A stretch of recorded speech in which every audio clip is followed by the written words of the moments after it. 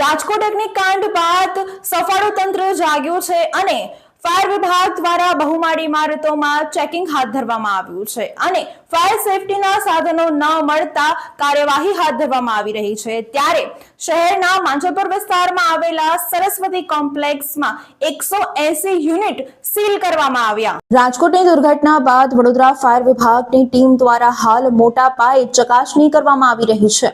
શહેરના વિવિધ વિસ્તારોમાં છેલ્લા 5 દિવસથી કામગીરી કરવામાં આવી રહી છે। ત્યારે શુક્રવારના રોજ શહેરના માંજલપુર વિસ્તારમાં આવેલા સરસ્વતી કોમ્પ્લેક્સ ખાતે ચકાસણી કરવામાં આવી હતી। ફાયર વિભાગની ટીમે તપાસ હાથ ધરતા આ કોમ્પ્લેક્સમાં ફાયર સુવિધાઓનો અભાવ જોવા મળ્યો હતો, જેના કારણે કોમ્પ્લેક્સને સીલ મારવાની કામગીરી હાથ ધરવામાં આવી હતી।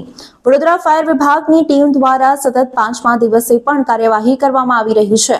શહેરના માંજલપુર વિસ્તારમાં આવેલા સરસ્વતી કોમ્પ્લેક્સ ખાતે ચકાસણી કરવામાં આવી હતી, જેમાં ફાયર સેફટીની સુવિધાઓમાં કચાશ જણાતા કોમ્પ્લેક્સને સીલ કરવામાં આવ્યું હતું। આ કોમ્પ્લેક્સમાં 180 જેટલી નાની મોટી દુકાનો, ઓફિસ અને ક્લાસીસ આવેલા છે।